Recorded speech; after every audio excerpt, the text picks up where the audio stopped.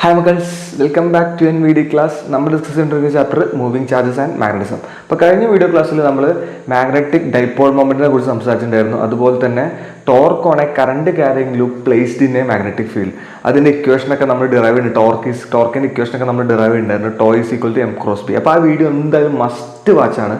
ആ must watch ചെയ്ത ശേഷം മാത്രമേ നിങ്ങൾ എന്ത് ചെയ്യാൻ പാടുള്ളൂ, ഇന്നത്തെ ക്ലാസ് കാണാൻ പാടുള്ളൂ. കാരണം ഇന്നത്തെ ടോപ്പിക് എന്ന് പറഞ്ഞാൽ മൂവിങ് കോയിൽ ഗാലവനോമീറ്ററാണ്. ആ മൂവിങ് കോയിൽ ഗാലവനോമീറ്റർ കൺസെപ്റ്റ് മനസ്സിലാവണമെങ്കിൽ നമുക്ക് ആ തിയറി മനസ്സിലാവണം. എന്ത്? Torque on a current carrying loop placed in a magnetic field theory എന്ത് ചെയ്യണം, അറിയണം. ഓക്കെ, അപ്പോൾ നമ്മുടെ ടോപ്പിക് എന്താണെന്ന് വെച്ചാൽ മൂവിങ് കോയിൽ ഗാലവനോമീറ്റർ. അപ്പോൾ ഈ ഗാലവനോമീറ്റർ എന്താണ്? ഗാലവനോമീറ്റർ എന്ന് പറഞ്ഞാൽ ഒരു ഡിവൈസാണ്. അത് നമ്മൾ എന്തിനാണ് ഉപയോഗിക്കുന്നത് വെച്ചാൽ ചെറിയ കറണ്ടിനെ അളക്കാനും അല്ലെങ്കിൽ ഒരു സർക്യൂട്ടിനകത്ത് കറണ്ടിന്റെ പ്രസൻസ് ഉണ്ടോ എന്നൊക്കെ മെഷർ ചെയ്യാനൊക്കെയാണ് നമ്മൾ എന്ത് ചെയ്യുക, അത് ഉപയോഗിക്കുക. അപ്പോൾ നമുക്ക് എങ്ങനെ ഡെഫിനിഷൻ ആയിട്ട് ഏതെന്ന് വെച്ചാൽ it is a device used to measure or detects small current. ചെറിയ കറണ്ടിനെ മെഷർ ചെയ്യാനും ഡിറ്റക്ട് ചെയ്യാനും ഉപയോഗിക്കുന്ന ഒരു ഡിവൈസ് ആണെന്ത്, നമ്മുടെ മൂവിങ് കോയിൽ ഗാൽവനോമീറ്റർ അല്ലെങ്കിൽ ഗാൽവനോമീറ്റർ. അപ്പോൾ ഇതിൻ്റെ പ്രിൻസിപ്പിൾ എന്താണെന്ന് വെച്ചാൽ, ഇത് വർക്ക് ചെയ്യുന്ന പ്രിൻസിപ്പിൾ എന്താണെന്ന് വെച്ചാൽ നമ്മൾ കഴിഞ്ഞ ക്ലാസ്സിൽ ഡിസ്കസ് ചെയ്ത torque on a current carrying loop placed in a magnetic field ആണ്. അപ്പോൾ ഇതാണ് ഇതിൻ്റെ principle. Torque on a current carrying loop placed in a magnetic field. അപ്പോൾ നിങ്ങൾക്ക് ഈ പ്രിൻസിപ്പിൾ ഞാൻ പറഞ്ഞപ്പോൾ തന്നെ ഒരു കാര്യം മനസ്സിലായിട്ടുണ്ടാവും, ഇതിൻ്റെ അകത്ത് ലൂപ്പ് ഉണ്ടാവും, ഉറപ്പായിട്ടും ഒന്നുണ്ടാവും, ലൂപ്പ് ഉണ്ടാവും. പിന്നെ നമ്മൾ മെഷർ ചെയ്യുന്ന കറണ്ടിനെ ആ ലൂപ്പിലൂടെ കടത്തിവിടുണ്ടാവും. ആ ലൂപ്പിനെ ഒരു മാഗ്നറ്റിക് ഫീൽഡിലായിരിക്കും വെച്ചിട്ടുണ്ടാവുക. അപ്പൊ അങ്ങനെ മെഷർ ചെയ്യുന്ന കറണ്ടിനെ ആ ലൂപ്പിലൂടെ കടത്തി വിടുന്ന സമയത്ത് ആ ലൂപ്പിന്റെ മുകളിൽ ടോർക്ക് ഉണ്ടാവും. ആ ടോർക്ക് കാരണം എന്ത് ചെയ്യും, ആ ലൂപ്പ് എന്ത് ചെയ്യും, റൊട്ടേറ്റ് ചെയ്യും. ആ റൊട്ടേഷനെയാണ് നമ്മൾ ഗാൽവനോമീറ്ററിന്റെ ഗാൽവനോമീറ്ററിൽ മെഷർ ചെയ്യാൻ വേണ്ടിയിട്ട് ഉപയോഗിക്കുക. ഇതാണ് ഇതിന്റെ കൺസെപ്റ്റ്. ഓക്കെ അല്ലേ? അപ്പോൾ നമുക്ക് ഇതിന്റെ കൺസ്ട്രക്ഷൻ എന്ന് നോക്കാം. എങ്ങനെയാണ് ഗാൽവനോമീറ്റർ നമുക്ക് ക്രിയേറ്റ് ചെയ്യാൻ പറ്റില്ല, ഉണ്ടാക്കിയെടുക്കാൻ പറ്റില്ല. ഞാൻ ഒരു റഫ് സ്കെച്ചാണ്. ഇൻ റിയാലിറ്റി അങ്ങനെയല്ല. നമ്മളത് മനസ്സിലാകാൻ വേണ്ടിയിട്ട് ഒരു ഈസി ആയിട്ടുള്ളൊരു സ്ട്രക്ചറാണ് വരയ്ക്കുന്നത്. അപ്പോൾ ഞാൻ ഇതിന്റെ സൈഡിൽ എന്ത് ചെയ്യാം, അതിൻ്റെ ഒരു പിക്ചറും കാണിക്കാം, ഗാൽവനോമീറ്റർ എങ്ങനെയാണെന്നുള്ളത്. ഗാൽവനോമീറ്റർ എന്ന് പറഞ്ഞാൽ ഇത്രേ ഉള്ളൂ, ഒരു പെട്ടി പോലത്തെ ഒരു സാധനം. അതിൻ്റെ അകത്തൊരു സ്ക്രീൻ ഉണ്ടാവും. നമ്മൾ അതിൻ്റെ റീഡിങ് എടുക്കാൻ വേണ്ടിയിട്ട് ഒരു സ്ക്രീൻ ഉണ്ടാവും, സ്കെയിൽ ഉണ്ടാവും. പിന്നെ ഒരു ചോപ്പും പിന്നെ കറുപ്പുമായിട്ടുള്ള 2 ടെർമിനൽ ഉണ്ടാവും. ഈ ടെർമിനലിലാണ് നമ്മൾ എന്ത് ചെയ്യുക, നമ്മളുടെ ലൂപ്പ് അല്ലെങ്കിൽ നമ്മളെ സർക്യൂട്ട്, കറണ്ടിന്റെ സർക്യൂട്ട് നമ്മൾ എന്ത് ചെയ്യുക, കണക്ട് ചെയ്യുക. അപ്പോൾ അതിൻ്റെ അകത്തുള്ള സ്കെയിലിന്റെ നടുക്കൊരു നീഡിൽ ഉണ്ടാവും. ആ നീഡിൽ എപ്പോഴും ഇങ്ങനെ നടുക്കാൻ നിൽക്കുക. അപ്പോൾ നമ്മൾ ഗാൽവനോമീറ്റർ കണക്ട് ചെയ്ത ശേഷം ലൂപ്പിന്റെ അകത്തൂടെ കറണ്ട് വിടുമ്പോൾ ഈ ഈ സ്കെയിലിനകത്തുള്ള നീഡിൽ അങ്ങോട്ടും ഇങ്ങോട്ടും എന്ത് ചെയ്യും, ഡിഫ്ലക്ട് ചെയ്യും. അങ്ങനെയാണ് നമ്മൾ എന്ത് ചെയ്യുക, അവിടെയുള്ള കറണ്ടും അതുപോലെ തന്നെ അവിടെ കറണ്ടിന്റെ പ്രസൻസ് ഉണ്ടോ എന്നൊക്കെ നമ്മൾ എന്ത് ചെയ്യുക, മനസ്സിലാക്കാം. ഓക്കെ, അപ്പോൾ ഞാൻ അതിൻ്റെ ഒരു ഫോട്ടോ ഞാൻ ഇതിൽ അവിടെ കൊടുക്കുന്നുണ്ട്. അപ്പോൾ നിങ്ങളത് നോക്കിയിട്ട് എന്ത് ചെയ്യാം, അത് മനസ്സിലാക്കുക. ഇതാണ് നമ്മൾ റിയാലിറ്റി. നിങ്ങൾ ലാബിൻ്റെ അകത്തൊക്കെ എന്തുണ്ടാവും, അത് നമുക്ക് ആവശ്യമുണ്ടാവും എക്സ്പെരിമെന്റ്സ് ഒക്കെ ചെയ്യാൻ. അപ്പോൾ അതിന്റെ കൺസ്ട്രക്ഷൻ റഫ് സ്കെച്ച് ഞാൻ ഇതിനകത്ത് എന്തൊക്കെയുള്ളതെന്ന് ജസ്റ്റ് ഞാൻ വരച്ചുതരാം. അപ്പോൾ കൺസ്ട്രക്ഷൻ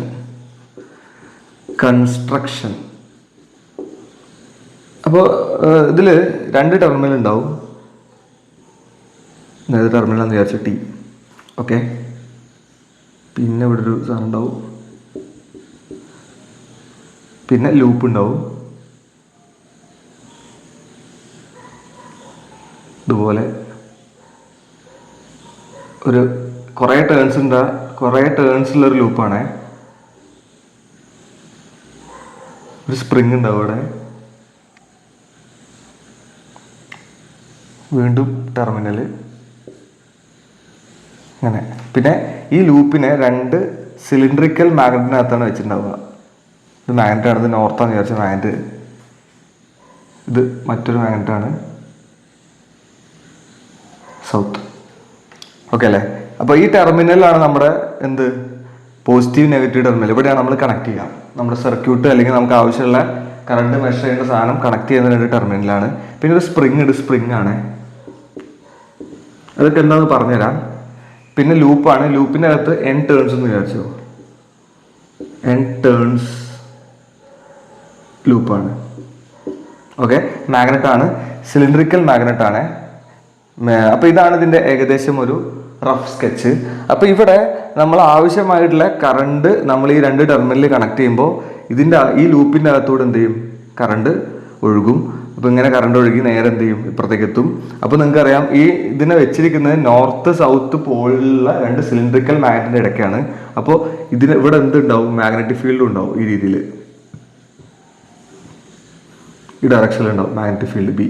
അപ്പോൾ ആ മാഗ്നറ്റിക് ഫീൽഡിലാണ് ആരാ വെച്ചിട്ടുള്ളത്, ഈ ലൂപ്പിന് എന്ത് ചെയ്തിട്ടുള്ളത്, ഫിക്സ് ചെയ്തിട്ടുള്ളത്. പറഞ്ഞ മനസ്സിലായി? ഇതാണ് ഇതിൻ്റെ എന്ത് ഒരു റഫ് സ്കെച്ച്. അപ്പോൾ ഇവിടെ എന്താ സംഭവിക്കുന്നത് വെച്ചാൽ നമ്മൾ ഈ രണ്ട് ടെർമിനലിലൂടെ കറണ്ട് അപ്ലൈ ചെയ്യണം. കറണ്ട് അപ്ലൈ ചെയ്യുന്ന സമയത്ത് എന്ത് ചെയ്യും, കറണ്ട് നേരെ ഈ ലൂപ്പിൻ്റെ അകത്തേക്ക് എൻ്റർ ചെയ്യും. അപ്പോൾ ഈ ലൂപ്പിൻ്റെ അകത്തൂടെ ഇങ്ങനെ പോയിട്ട് പുറത്തേക്ക് പോകും, അല്ലെങ്കിൽ ഇപ്പുറത്തേക്ക് വരും. അപ്പോൾ ഈ ലൂപ്പ് എവിടെ വെച്ചിരിക്കുന്നത് വെച്ചാൽ ഒരു മാഗ്നറ്റിക് ഫീൽഡിലാണ്. അപ്പോൾ ആ മാഗ്നറ്റിക് ഫീൽഡിൽ വെച്ചിരിക്കുന്ന ലൂപ്പിൻ്റെ ഉള്ളിലൂടെ കറണ്ട് പാസ് ചെയ്യുമ്പോൾ അവിടെ എന്തുണ്ടാവും, ടോർക്ക് ഉണ്ടാവും. ആ ടോർക്ക് കാരണം എന്ത് ചെയ്യും, ഈ ലൂപ്പ് എന്ത് ചെയ്യും, റൊട്ടേറ്റ് ചെയ്യും അങ്ങോട്ടും ഇങ്ങോട്ടും. റൊട്ടേറ്റ് ചെയ്യുമ്പോൾ ഈ ലൂപ്പിൻ്റെ ഏതെങ്കിലും ഒരു വശത്ത് അല്ലെങ്കിൽ കണക്ട് ചെയ്തുകൊണ്ട് ഒരു നീഡിൽ പോലെ നമ്മൾ ഫിക്സ് ചെയ്യുകയാണെങ്കിൽ ആ ലൂപ്പ് റൊട്ടേറ്റ് ചെയ്യുന്നതനുസരിച്ച് എന്ത് ചെയ്യും, ആ നീഡിൽ റൊട്ടേറ്റ് ചെയ്യും. ആ നീഡിൽ റൊട്ടേറ്റ് ചെയ്യുന്ന നീഡിലെ ഒരു സ്കെയിൽ വെച്ച് നമുക്ക് റീഡിങ് എടുക്കാൻ പറ്റുകയാണെങ്കിൽ അവിടെ എത്രത്തോളം റൊട്ടേറ്റ് ചെയ്ത് അതിനനുസരിച്ച് നമുക്ക് എന്ത് ചെയ്യാൻ പറ്റും, അവിടെ ഒഴുകുന്ന കറണ്ട് എത്രയും നമുക്ക് കൃത്യമായിട്ട് എന്ത് ചെയ്യും, മനസ്സിലാക്കാൻ പറ്റും. ഇതാണ് ഇതിൻ്റെ എന്ത് കൺസെപ്റ്റ് എന്ന് പറഞ്ഞു കഴിഞ്ഞാൽ. സെറ്റ് അല്ലേ? ഇവിടെ എന്താ സംഭവിക്കുന്നത് വെച്ചാൽ ഞാൻ അവിടെ എഴുതിയിട്ടുണ്ട്, A coil containing many turns is placed in a magnetic field. ഒരു കുറേ ടേൺസ് ഉള്ള n ടേൺസ് ഉള്ള ഒരു കോയിലിനെ മാഗ്നറ്റിക് ഫീൽഡ് വെച്ചിട്ടുണ്ട്. അതാണ് നമ്മുടെ ഒന്നാമത്തെ point. When current is measured ഈ send to the coil a torque acts on the coil which rotates the coil. നമുക്ക് ആവശ്യമുള്ള മെഷർ ചെയ്യേണ്ട കറണ്ട് ഈ ലൂപ്പിന്റെ അകത്തൂടെ കടത്തി വിടുന്ന സമയത്ത് ഇവിടെ നിന്ന് സംഭവിക്കും, ഈ ലൂപ്പിന്റെ മുകളിൽ എന്ത് ചെയ്യും, ടോർക്ക് ആക്ട് ചെയ്യും. അപ്പൊ എന്ത് ചെയ്യും, ലൂപ്പ് അല്ലെങ്കിൽ കോയിൽ എന്ത് ചെയ്യും, റൊട്ടേറ്റ് ചെയ്യും. അതാണ് രണ്ടാമത്തെ point. We use pointers and scales to measure this rotation അല്ലെങ്കിൽ റിഫ്ലക്ഷൻ എന്ന് പറയും ഓഫ് കോയിൽ. അപ്പോൾ ഞാൻ നിങ്ങളോട് നേരത്തെ പറഞ്ഞു, ഇത് റൊട്ടേറ്റ് ചെയ്യുന്ന സമയത്ത് നമ്മൾ ഈ റൊട്ടേഷൻ മെഷർ ചെയ്യാൻ വേണ്ടിയിട്ട് ഒരു പോയിന്ററോ സ്കെയിലൊക്കെ നമ്മൾ എന്ത് ചെയ്യും, ഉപയോഗിക്കും. എന്നിട്ട് എന്ത് ചെയ്യും, ആ റൊട്ടേഷൻ ഡിഫ്ലക്ഷൻ എന്ന് പറയും, ആ ഡിഫ്ലക്ഷൻ നമ്മൾ എന്ത് ചെയ്യും, മെഷർ ചെയ്യും. ക്ലിയർ അല്ലേ? അങ്ങനെയാണെങ്കിൽ നമുക്കൊരു കാര്യം കൂടെ പറയാണ്ട്, more current more torque more deflection more reading. കൂടുതൽ കറണ്ട് ഉണ്ടാകുമ്പോൾ കൂടുതൽ ടോർക്ക് ഉണ്ടാവും, കൂടുതൽ ഡിഫ്ലക്ഷൻ കൂടുതൽ റൊട്ടേഷൻ ഉണ്ടാവും. അപ്പോൾ നമുക്ക് എന്ത് കിട്ടും, കൂടുതൽ റീഡിങ് കിട്ടും. ക്ലിയർ അല്ലേ? അപ്പോൾ നിങ്ങൾ ചോദിക്കും, സാർ ഇതിന് ടോർക്ക് കണ്ടുപിടിക്കാൻ വല്ല മാർഗമുണ്ടോ, ഇക്വേഷൻ ഉണ്ടോ? ഇക്വേഷൻ ഉണ്ട്. നമുക്കറിയാം ടോർക്കിന്റെ ഇക്വേഷൻ നമ്മൾ കഴിഞ്ഞ വീഡിയോയിൽ പറഞ്ഞത് tau is equal to M cross B. ഒരു പിന്നെ ലൂപ്പ് മാഗ്നറ്റിക് ഫീൽഡിൽ വെച്ച് കഴിഞ്ഞാൽ കറണ്ട് ക്യാരിങ് ലൂപ്പ് മാഗ്നറ്റിക് ഫീൽഡിൽ വെച്ച് കഴിഞ്ഞാൽ ടോർക്കിന്റെ equation tau is equal to M cross B. അപ്പോൾ നമുക്ക് ഇതിന് എങ്ങനെ എഴുതാം, tau is equal to M B sine theta എന്ന് എഴുതാം, കുഴപ്പമൊന്നുമില്ല. പിന്നെ ഈ മാഗ്നറ്റിക് മൊമെന്റ് ഐ എ എന്ന് നിങ്ങൾക്കറിയാം. അപ്പോൾ നമുക്ക് എങ്ങനെ എഴുതാൻ പറ്റും, ഇതിനെ I A B sine theta എന്ന് എഴുതാം, വിച്ച് ഈസ് ഈക്വൽ ടു ഇവിടെ എഴുതാം ഐ അല്ലെങ്കിൽ ഞാൻ ചെയ്ത് കുറച്ചുകൂടെ പുറത്ത് എഴുതാം, സ്ഥലമല്ല അവിടെ. അപ്പോൾ tau is equal to M B sine theta which is equal to എമ്മിന് നമുക്ക് ഐ എന്ന് കൊടുക്കാം. അപ്പോൾ I A B sine theta എന്ന് എഴുതാം. ഇത് ഒരു ലൂപ്പിന്റെ ടോർക്കിന്റെ ഇക്വേഷനാണ്. Tau is equal to I A B sine theta. പക്ഷെ ഇവിടെ എത്ര ലൂപ്പ് ഉണ്ട്, എത്ര ടേൺസ് ഉണ്ട്, n ടേൺസിന് n ലൂപ്പ് ഉണ്ട്. അപ്പൊ അങ്ങനെയാണെങ്കിൽ ആ n ലൂപ്പിന്റെ ടോർക്കിന്റെ ഇക്വേഷൻ എങ്ങനെ വരിക, tau is equal to N I A B sine theta. ഇതാണ് ഈ പിന്നെ മൂവിങ് കോയിൽ ഗാലവനോമീറ്ററിൽ അനുഭവപ്പെടുന്ന ടോട്ടൽ ടോർക്കിന്റെ equation. Tau is equal to N I A B sine തീറ്റയാണ്. n number of turns, I ഇതിലൂടെ ഒഴുകുന്ന കറണ്ട്, എ എന്താണ് area of the loop, B എന്താണ് നമ്മൾ കൊടുക്കുന്ന മാഗ്നറ്റിക് ഫീൽഡ്, സൈൻ തീറ്റ എന്താണ് അവിടെ ഉണ്ടാകുന്ന എമ്മിൻ്റെയും ബിൻ്റെയും ഇടയ്ക്കുള്ള ആംഗിൾ. അപ്പോൾ ഇത്രയും കാര്യങ്ങൾ എന്ത് ചെയ്യണം, നമുക്ക് ഇനീഷ്യലി അറിയണം. ഇനി നമ്മൾ എന്താ പരിപാടി എന്ന് വെച്ചാൽ, ഇവിടെ പരിപാടി എന്താണ്, നമുക്ക് എത്ര കറണ്ട് ഒഴുകി എന്നുള്ളത് നമുക്ക് മനസ്സിലാവണം. അപ്പോഴല്ലേ നമ്മുടെ ഈ മൂവിങ് കോയിൽ ഗാലവനോമീറ്ററിന്റെ പരിപാടി നമുക്ക് ഉപയോഗിക്കാൻ പറ്റുള്ളൂ. അപ്പോൾ എത്ര കറണ്ട് എന്നുള്ളത് മെഷർ ചെയ്യണമെങ്കിൽ നമ്മൾ ഈ ഇക്വേഷനൊക്കെ എന്ത് ചെയ്യണം, ചെറുതായിട്ടൊന്ന് അപ്ഡേറ്റ് ചെയ്യണം. ആ അപ്ഡേഷനാണ് നമുക്ക് എന്ത് ചെയ്യാനുള്ളത്, ഇനി പറയാനുള്ളത്. അത് നമുക്ക് എന്ത് ചെയ്യാം, അടുത്ത സെഷനിൽ എന്ത് ചെയ്യാം, ഡിസ്കസ് ചെയ്യാം. അപ്പോൾ ഓക്കെ അല്ലേ? അപ്പോൾ ഇത് എന്തായാലും കൃത്യമായിട്ട് എന്ത് ചെയ്യാം, നോട്ടിലേക്കോ. ഓക്കെ, ഇനി ഇവിടെ എത്ര കറണ്ട് ഉണ്ട് എന്നുള്ളത് നമുക്ക് മെഷർ ചെയ്യണം. അതിന് വേണ്ടിയിട്ട് ഇവിടെ എന്താ ചെയ്യണമെന്ന് വെച്ചാൽ, as the coil rotates the fine wire and spring start twisting, this develops A restoring torque in the fine wire and spring. അപ്പോൾ ഞാൻ നേരത്തെ പറഞ്ഞിരുന്നു, ഈ സ്പ്രിങ് വെറുതെ അല്ല വെച്ചിട്ടുള്ളത്. ആ സ്പ്രിങ് വെച്ചതിനൊരു കാരണമുണ്ട്. എന്താണെന്ന് വെച്ചാൽ, നമ്മൾ ഇതിനകത്ത് മാഗ്നറ്റിക് ഫീൽഡ് അപ്ലൈ ചെയ്ത് കറണ്ട് ഒഴുക്കുമ്പോൾ ഇതിൻ്റെ അകത്തുള്ള ഈ വയറും ഈ സ്പ്രിങ്ങും എന്ത് ട്വിസ്റ്റ് ചെയ്യും, ഇങ്ങനെ പിരിയാൻ തുടങ്ങും, ട്വിസ്റ്റ് ചെയ്യും. അപ്പോൾ ട്വിസ്റ്റ് ചെയ്ത് കഴിഞ്ഞ് അത് നമ്മൾക്ക് എത്ര ടോർക്ക് ഉണ്ടാവുന്നതനുസരിച്ച് എന്ത് ചെയ്യും, ഇതിങ്ങനെ പിരിയും. പിരിഞ്ഞു കഴിഞ്ഞാൽ പിന്നെ അതൊരു ലിമിറ്റ് എത്തിക്കഴിഞ്ഞാൽ അത് അവിടെ നിൽക്കാൻ പാടില്ല, വീണ്ടും പഴയ സ്ഥലത്തേക്ക് തന്നെ എത്തണം. എന്നാലല്ലേ നമ്മൾ കറണ്ട് ഓഫ് ചെയ്യുമ്പോൾ ഇത് പഴയ പൊസിഷനിലേക്ക് തന്നെ തിരിച്ചെത്തുള്ളൂ. അല്ലെങ്കിൽ എന്താ സംഭവിക്കുക, മാക്സിമം ലിമിറ്റിൽ ട്വിസ്റ്റ് ചെയ്ത് കഴിഞ്ഞാൽ അത് പിരിഞ്ഞ് അവിടെ പോയിട്ട് നിൽക്കും. അവിടെ പോയിട്ട് നിന്ന സാധനം തിരിച്ചു വരില്ല. അപ്പോൾ നമ്മൾ ഗാലനോമീറ്റർ നോക്കിക്കഴിഞ്ഞാൽ ആ സ്കെയിൽ അങ്ങോട്ടും ഇങ്ങോട്ടും മൂവ് ചെയ്യും, സെൻട്രലെത്തണം. അവസാനം സെൻട്രലെത്തണമെങ്കിൽ എന്ത് ചെയ്യണം, അത് എന്ത് ചെയ്യണം, തിരിച്ച് അതേ പഴയ പൊസിഷനിലേക്ക് തിരിച്ചെത്തണം. ആ തിരിച്ചെത്താൻ വേണ്ടിയിട്ട് നമ്മൾ എന്ത് ചെയ്യും, ഈ സ്പ്രിങ് ഉപയോഗിക്കും. അപ്പോൾ ഇതിങ്ങനെ റൊട്ടേറ്റ് ചെയ്യുമ്പോൾ സ്പ്രിങ് ഇതിനകത്തൂടെ ട്വിസ്റ്റ് ചെയ്യും, അതേപോലെ വയറും ട്വിസ്റ്റ് ചെയ്യും. പിന്നെ ഈ സ്പ്രിങ് അവിടെ ഉണ്ടായതുകൊണ്ട് എന്ത് ചെയ്യും, അത് മാക്സിമം ട്വിസ്റ്റ് ചെയ്ത ശേഷം റൊട്ടേറ്റ് ചെയ്ത ശേഷം പിന്നെ എന്ത് ചെയ്യുക, പഴയ സ്ഥലത്തേക്ക് തന്നെ തിരിച്ച് റൊട്ടേറ്റ് ചെയ്യുക. അപ്പോൾ അത് നമ്മൾ പറയുന്ന പഴയ സ്ഥലത്തേക്ക് തിരിച്ച് റൊട്ടേറ്റ് ചെയ്തിട്ട് നമ്മൾ റീസ്റ്റോറിങ് ടോർക്ക് എന്ന് പറയാം. മനസ്സിലല്ലേ? എന്ന് വെച്ചാൽ കറണ്ട് അപ്ലൈ ചെയ്ത് കഴിഞ്ഞാൽ ഇത് റൊട്ടേറ്റ് ചെയ്യും, അത് നമ്മൾ അപ്ലൈ ടോർക്കാണ് നമ്മുടെ NIAB sin θ. പിന്നെ ഇത് ഓഫ് ചെയ്ത് കഴിഞ്ഞാൽ പിന്നെ എന്ത് ചെയ്യും, അത് തിരിഞ്ഞ് പഴയ പൊസിഷനിലേക്ക് തന്നെ തിരിച്ചെത്തണം. മനസ്സിലല്ലേ? അതിനെ നമ്മൾ പറയുന്ന പേരെന്താണ്, റീസ്റ്റോറിംഗ് ടോർക്ക് എന്നാണ്. ഓക്കെ അല്ലേ? അപ്പൊ ഞാൻ പറഞ്ഞ പോയിന്റ് എന്താണ്, as the coil rotates the fine wire and spring start twist ചെയ്യാൻ തുടങ്ങും, ഫൈൻ വയറും സ്പ്രിങ്ങും.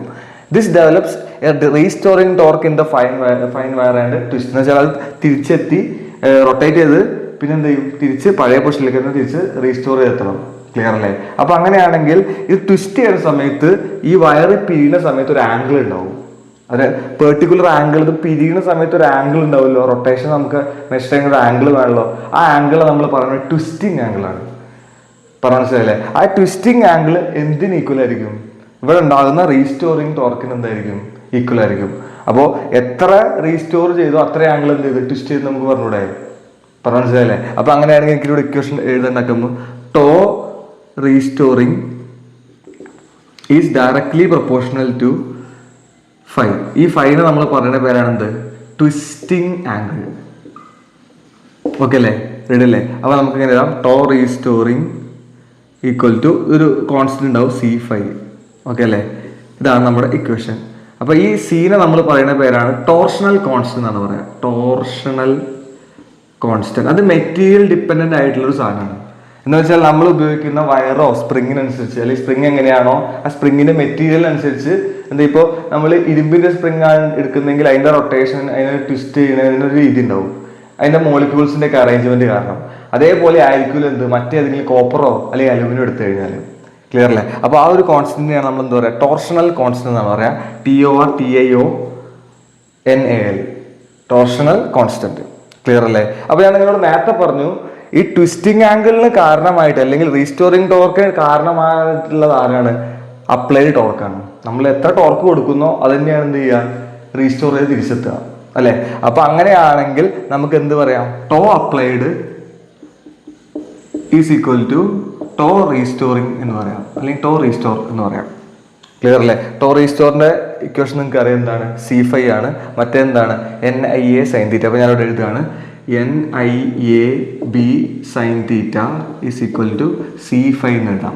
നമുക്ക് മെഷർ ചെയ്യേണ്ട എന്താണ്, കറണ്ട് ആണ്. അപ്പൊ ഞാൻ ആ കറണ്ടിനെ അവിടെ നിർത്തിയിട്ട് അവിടെ നിർത്തിയിട്ട് ബാക്കിയൊക്കെ അങ്ങ് താഴത്ത് കൊണ്ടുപോവുക. അപ്പോൾ I is equal to C5 divided by NAB sin θ എന്ന് എഴുതാം. ഓക്കെ അല്ലേ? റെഡി അല്ലേ? ഇനി നോക്കൂ, ഇതിനകത്ത് C കോൺസ്റ്റന്റ് ആണ്, ടോർഷണൽ കോൺസ്റ്റന്റ്, മെറ്റീരിയൽ ഡിപ്പെൻഡന്റ് ആയിട്ടുള്ള. N number of turns constant ആണ്, A കോൺസ്റ്റന്റ് ആണ്, B യും കോൺസ്റ്റന്റ് ആണ്. നമ്മൾ മാഗ്നറ്റിക് ഫീൽഡ് ഒന്നും മാറ്റില്ല. അപ്പൊ അങ്ങനെ വരുന്ന സമയത്ത് ഈ CNAB അത് 3ഉം 4ഉം കോൺസ്റ്റന്റ് ആയതുകൊണ്ട് എനിക്ക് വേണമെങ്കിൽ ഇങ്ങനെ എഴുതാം, I is proportional to 5 divided by sin θ എന്ന് എഴുതാം. ക്ലിയർ അല്ലേ? ഇനി നമുക്ക് എത്ര കറണ്ട് ഉണ്ടെന്ന് മെഷർ ചെയ്യണമെങ്കിൽ എത്ര ആംഗിൾ ട്വിസ്റ്റ് ചെയ്തെന്ന് പറഞ്ഞാൽ പോരെ? പറഞ്ഞ മനസ്സിലായില്ലേ? അപ്പൊ അങ്ങനെ വരുന്ന സമയത്ത് ഈ സൈൻ തീറ്റ എങ്ങനെയെങ്കിലും ഒഴിവാക്കാൻ പറ്റുമോ എന്ന് നമുക്ക് നോക്കണം. ഈ സൈൻ തീറ്റ പോയി കഴിഞ്ഞാൽ നമുക്ക് ഐ ഡയറക്ട്ലി പ്രൊപ്പോർഷണൽ ടു, അല്ലെങ്കിൽ സൈൻ തീറ്റന്റെ വാല്യൂ 1 ആയി കഴിഞ്ഞാൽ I directly proportional to phi എന്ന് പറയാം. എന്ന് വെച്ചാൽ എത്ര ആംഗിൾ ട്വിസ്റ്റ് ചെയ്തോ അത്രയും കറണ്ട് നമുക്ക് എന്ത് ചെയ്യാം, ഒഴുകി എന്ന് പറയാൻ പറ്റും. ഐഡിയ മനസ്സിലാവുന്നുണ്ടോ? അപ്പൊ അങ്ങനെ വരാൻ വേണ്ടിയിട്ട് നമ്മൾ ഈ സൈൻ തീറ്റനെ എങ്ങനെയെങ്കിലും എന്ത് ചെയ്യണം, 1 ആക്കി മാറ്റണം. ആ സൈൻ തീറ്റനെ 1 ആക്കി മാറ്റണമെങ്കിൽ തീറ്റ നമ്മൾ എത്ര കൊടുക്കണം, 90 ഡിഗ്രി എന്ന് കൊടുക്കണം. തീറ്റ 90 ഡിഗ്രി എന്ന് കൊടുത്തു കഴിഞ്ഞാൽ അതിന്റെ അർത്ഥം എന്താണ്, ഇവിടെ ഉണ്ടാകുന്ന അപ്ലൈ ചെയ്യുന്ന മാഗ്നറ്റിക് ഫീൽഡ് ഈ ലൂപ്പിന് എപ്പോഴും പെർപെൻഡിക്കുലർ ആയിരിക്കണം. മനസ്സിലായില്ലേ? ആ ലൂപ്പിനെ പെർപെൻഡിക്കുലർ ആക്കാൻ വേണ്ടിയിട്ട്, അല്ലെങ്കിൽ ലൂപ്പിലേക്ക് വീഴുന്ന മാഗ്നറ്റിക് ഫീൽഡ് പെർപെൻഡിക്കുലർ ആക്കാൻ വേണ്ടിയിട്ടാണ് നമ്മൾ എന്ത് ചെയ്യണത്, ഈ മാഗ്നറ്റ് എന്ത് ചെയ്യണത്, സിലിണ്ടറിക്കൽ മാഗ്നറ്റ് ഉപയോഗിക്കുന്നത്. അപ്പൊ അങ്ങനെ സൈൻ 90 ആക്കാൻ വേണ്ടിയിട്ട് നമ്മൾ അപ്ലൈ ചെയ്യുന്ന ഫീൽഡിനെ നമ്മൾ പറഞ്ഞ റേഡിയൽ ഫീൽഡ് എന്നാണ്. അത് പരീക്ഷയ്ക്ക് ചോദിക്കാറുണ്ട്. എന്താണ് റേഡിയൽ ഫീൽഡ്, എങ്ങനെയാണ് ഗാൽവനോമീറ്ററിൽ ആക്കുക, എങ്ങനെയാണ് ആക്കുക, സിലിണ്ടറിക്കൽ മാഗ്നറ്റ് സെറ്റ് ചെയ്തിട്ട്. പിന്നെ ഒരു കാര്യം കൂടെ നമ്മൾ ചെയ്യും, ഇതിന്റെ നടുക്ക് സോഫ്റ്റ് അയൺ കോർ വെക്കും. എന്തിനടുക്ക്, ആ ലൂപ്പിന്റെ നടുക്ക്. അപ്പൊ അങ്ങനെ വരുന്ന സമയത്ത് ഇവിടേക്ക് വരുന്ന മാഗ്നറ്റിക് ഫീൽഡ് ഒക്കെ കൃത്യമായിട്ട് എന്ത് ചെയ്യും, ഇതിന്റെ സെന്ററിലൂടെ അല്ലെങ്കിൽ ആ ഒരു അയൺ കോറിന്റെ അടുത്തേക്ക് വരാൻ ശ്രമിക്കുക. അപ്പൊ മാക്സിമം 90 ഡിഗ്രിയിലേക്കും എന്ത് ചെയ്യുക, ഈ ലൂപ്പിലേക്ക് എന്ത് ചെയ്യുക, മാഗ്നറ്റിക് ഫീൽഡ് ഫോളോ ചെയ്യാം. ക്ലിയർ അല്ലേ പറഞ്ഞത്? അപ്പൊ അങ്ങനെ വരുന്ന സമയത്ത് നമ്മൾ സൈൻ തീറ്റനെ for making sine theta equal to 1 we must apply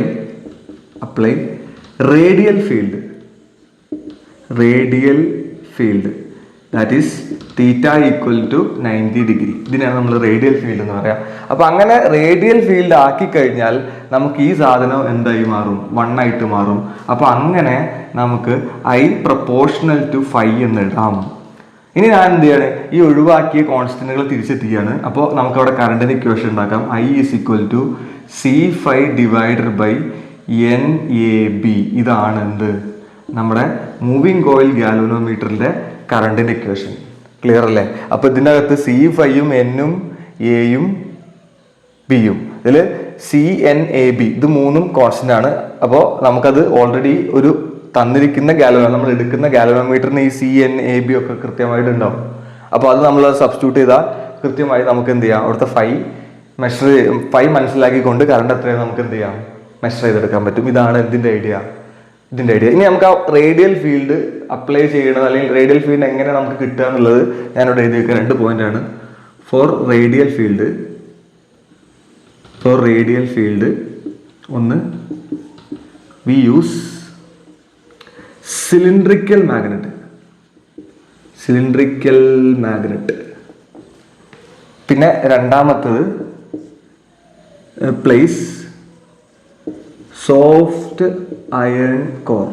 കോറിന് പ്രത്യേകത എന്ന് വെച്ചാൽ മാഗ്നറ്റിക് ഫീൽഡിനെ മാക്സിമം അതിലേക്ക് അറ്റാച്ച് ചെയ്യാൻ, അല്ലെങ്കിൽ അട്രാക്ട് ചെയ്യാൻ ശ്രമിക്കും. Soft iron core inside the loop. ഇതിനാണ് നമ്മൾ എന്ത്, ഫോർ റേഡിയൽ ഫീൽഡ് നമ്മൾ എന്ത് ചെയ്യണം, ചെയ്തൊരു എക്സാമിന് പ്രാവശ്യം ചോദിച്ചിട്ടുണ്ട്, നമ്മൾ ഗാൽവനോമീറ്ററിന്റെ റേഡിയൽ ഫീൽഡ് എങ്ങനെയാണ് അപ്ലൈ ചെയ്യാന്നുള്ളത്. ക്ലിയർ അല്ലേ? സെറ്റ് അല്ലേ? അപ്പോൾ എന്ത് ചെയ്യുക, കൃത്യമായിട്ട് കാര്യങ്ങൾ മനസ്സിലാക്കി വെക്കുക. ഈ ഫിഗർ നിങ്ങൾ ഓൾറെഡി വരച്ചതാണ്, അത് വീണ്ടും വരയ്ക്കേണ്ട. ഇവിടെ മുതൽ എന്ത് ചെയ്യുക, കൃത്യമായിട്ട് എന്ത് ചെയ്യുക, ഓർഡറിൽ എഴുതിയെടുക്കുക. ഓക്കെ അല്ലേ? സെറ്റ് അല്ലേ? ഓക്കെ, ഇനി നമുക്ക് ഡിസ്കസ് ചെയ്യാനുള്ള അടുത്ത ടോപ്പിക്കാണ് കറണ്ട് സെൻസിറ്റിവിറ്റി. അപ്പോൾ അതിലേക്ക് പോകുന്നതിന് മുമ്പ് ആ സെൻസിറ്റിവിറ്റി എന്നത് മനസ്സിലാവും. അപ്പോൾ എന്താണ് നമ്മൾ സെൻസിറ്റീവ് എന്ന് പറഞ്ഞു കഴിഞ്ഞാൽ, അപ്പോൾ നമ്മൾ ചില ആൾക്കാർ വളരെ സെൻസിറ്റീവ് എന്ന് പറയാറുണ്ട്. എന്താണ് സെൻസിറ്റീവ് എന്ന് പറഞ്ഞു കഴിഞ്ഞാൽ, ചെറുതായിട്ടൊന്നും ചീത്ത പറഞ്ഞു കഴിഞ്ഞാൽ ആൾ ഭയങ്കര എന്ത് ചെയ്യും, ഫീൽ ആവും. അപ്പോൾ അതിനാണ് നമ്മളെന്താ പറയുക, സെൻസിറ്റീവ് ആവുക എന്ന് പറയാം. അപ്പോൾ അങ്ങനെയാണെങ്കിൽ കറണ്ട് സെൻസിറ്റീവ് എന്ന് പറഞ്ഞാൽ ചെറിയ കറണ്ടിൽ ലാർജ് ഡിഫ്ലക്ഷൻ ഉണ്ടാവുക അല്ലേ, അതിനെയാണ് നമ്മളെന്താ പറയുക, കറണ്ട് സെൻസിറ്റീവ്. ചെറിയ കറണ്ടിൽ ഗാൽവനോമീറ്റർ എന്ത് ചെയ്യുക, ലാർജ് ഡിഫ്ലക്ഷൻ കാണിക്കുക, അതല്ലേ കറണ്ട് സെൻസിറ്റിവിറ്റി. അപ്പോൾ അങ്ങനെ എന്താണെന്ന് പറഞ്ഞാൽ, four small current galvanometer shows large deflection. ചെറിയ കറണ്ടിൽ ഗാൽവനോമീറ്റർ എന്ത് ചെയ്യുക, ലാർജ് ഡിഫ്ലക്ഷൻ കാണിക്കുക. അപ്പോൾ അങ്ങനെയാണെങ്കിൽ നമുക്ക് ഇക്വേഷൻ എഴുതാം. കറണ്ട് സെൻസിറ്റിവിറ്റിക്ക് നമുക്ക് ഇങ്ങനെ എഴുതാൻ പറ്റും. കറണ്ട് സെൻസിറ്റിവിറ്റി ഈക്വൽ ടു ചെറിയ കറണ്ടിൽ ലാർജ് ഡിഫ്ലക്ഷൻ. അപ്പൊ അങ്ങനെയാണെങ്കിൽ പിന്നെ കറണ്ട് സെൻസിറ്റിവിറ്റിക്ക് ഇൻവേഴ്സ്ലി പ്രൊപ്പോർഷണൽ ആണ് എന്ത് കറണ്ട്. കാരണം അങ്ങനെ വരുമ്പോഴല്ലേ താഴെ 1/I എന്ന് എഴുതുമ്പോഴല്ലേ ഈ ചെറുതാവുമ്പോൾ ഇത് വലുതാവുക. മാത്രമല്ല വലിയ ഡിഫ്ലക്ഷൻ കാണിക്കണം. വലിയ ഡിഫ്ലക്ഷൻ ആണെങ്കിൽ CS-ന് ഫൈ ട്വിസ്റ്റിംഗ് ആംഗിൾ എന്തായിരിക്കും ഡയറക്ട്ലി പ്രൊപ്പോർഷണൽ ആയിരിക്കും. ഇങ്ങനെ എഴുതാം, സ്മോൾ ആയി ഉപയോഗിക്കാം. അപ്പോൾ CS is equal to 5/I. ഇതാണ് ഇതിന്റെ ഇക്വേഷൻ, കറണ്ട് സെൻസിറ്റിവിറ്റിന്റെ ഇക്വേഷൻ. ഫൈ എന്താണ് ട്വിസ്റ്റിംഗ് ആംഗിൾ ആണ്, I എന്താണ് കറണ്ട് ആണ്. ചെറിയ current large deflection more angle അല്ലെ, more angle proportional to CS ആവും, current inversely proportional to CS ആവും. അപ്പോൾ അതിന്റെ ഇക്വേഷൻ നമുക്കറിയാം എന്താണ് C5/NAB. അത് നമ്മൾ സബ്സ്റ്റിറ്റ്യൂട്ട് ചെയ്യാം. അപ്പോൾ CS is equal to 5/C5/NAB. Okay അല്ലേ, ഈ 5 വെട്ട ഈ NAB മുകളിലേക്ക് പോകും. അപ്പോൾ എന്താ വരിക, CS is equal to current സെൻസിറ്റിവിറ്റിന്റെ ഇക്വേഷൻ വരിക NAB/C എന്ന് വരും. ഇതാണ് ഇതിന്റെ ഇക്വേഷൻ, കറണ്ട് സെൻസിറ്റിവിറ്റിന്റെ ഇക്വേഷൻ. അപ്പോൾ കറണ്ട് സെൻസിറ്റിവിറ്റി ഇൻക്രീസ് ചെയ്യണമെങ്കിൽ എന്ത് ചെയ്യാം, ഇവിടെ എഴുതാം ടു ഇൻക്രീസ് CS എന്ത് ചെയ്താൽ മതി, നമ്പർ ഓഫ് ടേൺസ് ഇൻക്രീസ് ചെയ്യാം, പിന്നെ area of the loop increase ചെയ്യാം, മാഗ്നറ്റിക് ഫീൽഡ് ഇൻക്രീസ് ചെയ്യുക, പിന്നെ ടോർഷണൽ കോൺസ്റ്റന്റ് ഡിക്രീസ് ചെയ്യുക. ഈ സംഭവങ്ങൾ 4 ചെയ്ത് കഴിഞ്ഞാൽ കറണ്ട് സെൻസിറ്റിവിറ്റി എന്ത് ചെയ്യുക, കാൽവനോമീറ്റർ എന്ത് ചെയ്യുക, ഇൻക്രീസ് ചെയ്യുക. അപ്പോൾ അതാണ് എന്ത് കറണ്ട് സെൻസിറ്റിവിറ്റി. ഇനി നമുക്ക് ഇതേപോലെ തന്നെ വോൾട്ടേജ് സെൻസിറ്റിവിറ്റി എന്ന് പറയാനുണ്ട്. അപ്പോൾ അടുത്ത് പറയാനുള്ളത് വോൾട്ടേജ് സെൻസിറ്റിവിറ്റി. VS എന്ന് വിളിക്കുകയാണേ. അപ്പോൾ ചെറിയ കറണ്ടിൽ വലിയ ഡിഫ്ലക്ഷൻ ആണെന്ത് കറണ്ട് സെൻസിറ്റിവിറ്റി കാൽവനോമീറ്റർ കാണിക്കുന്നത്. അപ്പോൾ വോൾട്ടേജ് സെൻസിറ്റിവിറ്റി എന്താവും, ചെറിയ വോൾട്ടേജിൽ കാൽവനോമീറ്റർ വലിയ ഡിഫ്ലക്ഷൻ കാണിക്കുക അല്ലേ. ആ ഒരു ചെറിയ വ്യത്യാസം ഉണ്ടാവുള്ളൂ. അപ്പോൾ നമുക്ക് എഴുതാം four small voltage galvanometer shows large deflection.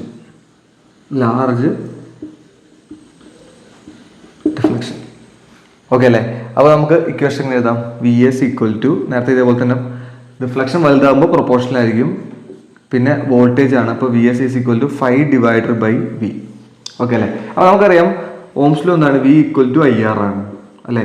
I അവിടെ ഉണ്ട്, C5 സബ്സ്റ്റിറ്റ്യൂട്ട് ചെയ്യുക. അപ്പോൾ V is equal to C5/NAB into R എന്ന് വരും. അപ്പോൾ വോൾട്ടേജ് ഇവിടെ സബ്സ്റ്റിറ്റ്യൂട്ട് ചെയ്യുക. അപ്പോൾ VS ഈക്വൽ ടു എന്ത് വരും, 5/Vക്ക് കൊടുക്കുക, C5/NAB ഇൻറ്റു R എന്ന് വരും.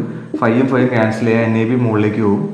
അപ്പോൾ VS ഈക്വൽ ടു എന്ത് വരും, NAB/CR എന്ന് വരും. ഇതാണ് എന്ത് വോൾട്ടേജ് സെൻസിറ്റിവിറ്റിന്റെ ഇക്വേഷൻ. ഇനി നമുക്ക് വോൾട്ടേജ് സെൻസിറ്റിവിറ്റി ഇൻക്രീസ് ചെയ്യണമെങ്കിൽ എന്ത് ചെയ്യുക, ഇപ്പോൾ ഇവിടെ എഴുതാം ടു ഇൻക്രീസ്, ഇത് പ്രാവശ്യം എക്സാമിന് ചോദിച്ചിട്ടുണ്ടേ, ടു ഇൻക്രീസ് വോൾട്ടേജ് സെൻസിറ്റിവിറ്റി എന്ത് ചെയ്താൽ മതി, N ഇൻക്രീസ് ചെയ്യുക, നമ്പർ ഓഫ് ടേൺസ് ഇൻക്രീസ് ചെയ്യുക, area of the loop increase ചെയ്യുക, മാഗ്നറ്റിക് ഫീൽഡ് ഇൻക്രീസ് ചെയ്യുക, പിന്നെ ടോർഷണൽ കോൺസ്റ്റന്റ് ഡിക്രീസ് ചെയ്യുക, റെസിസ്റ്റൻസ് ഓഫ് ദി വയർ എന്ത് ചെയ്യുക, ഡിക്രീസ് ചെയ്യുക. എന്ന് വെച്ചാൽ തടിച്ച വയർ കോയിൽ ആയിട്ട് ഉപയോഗിക്കുക, കോയിലിനൊക്കെ വേണ്ടി ഉപയോഗിക്കുക. അപ്പോൾ അങ്ങനെ വരുന്ന സമയത്ത് എന്ത് ചെയ്യാൻ പറ്റും, നമുക്ക് വോൾട്ടേജ് സെൻസിറ്റിവിറ്റി എന്ത് ചെയ്യാൻ പറ്റും, കൂട്ടാൻ പറ്റും.